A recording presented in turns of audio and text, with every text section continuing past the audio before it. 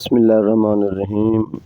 آج میں انٹرنیشنل اردو ادب کی مشہور شاعرہ پروین شاکر پر کچھ عرض کر رہا ہوں۔ ان کی حالات زندگی اور ان کی شاعری سنانا چاہتا ہوں۔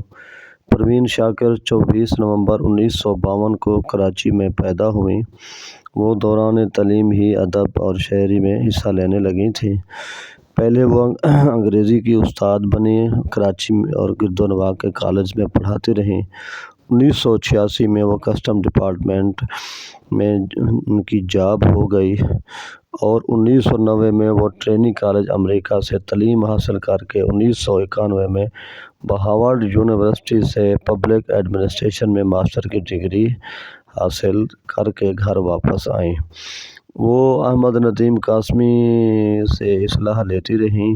1977 میں ان کا پہلا مجموعہ خوشبو شائع ہوا تھا، جو بہت ہی زیادہ مشہور ہوا، آج بھی زیادہ پڑھا جانے والا ہے۔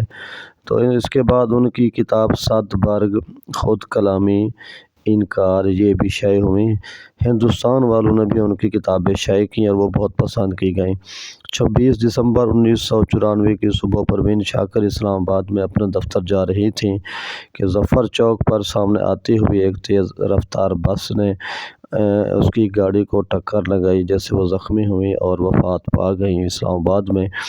تو ان کی قبر پر یہ اشعار لکھے ہوئے ہیں: یا رب میرے سکوت کو نغمہ سرائی دے، زخم ہنر کو حوصلہ لب کشائی دے، شہر سخن سے روح کو وہ آشنائی دے، آنکھیں بھی بند رکھوں تو رستہ سجھائی دے۔ بہت بڑی شاعرہ تھیں۔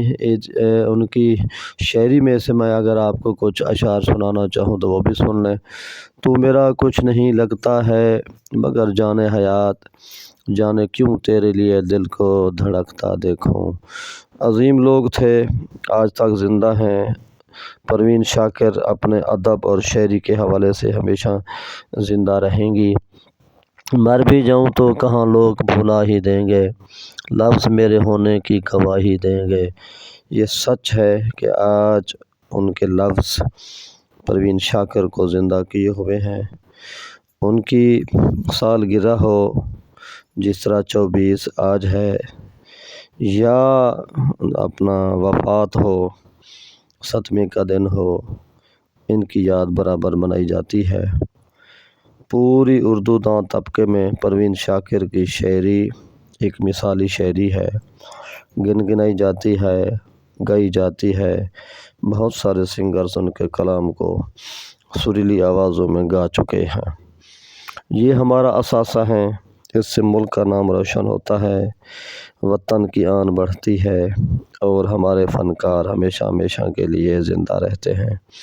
ادب اخلاق کی وہ چادر ہے جو ہماری تربیت بھی کرتی ہے اور عزت بھی۔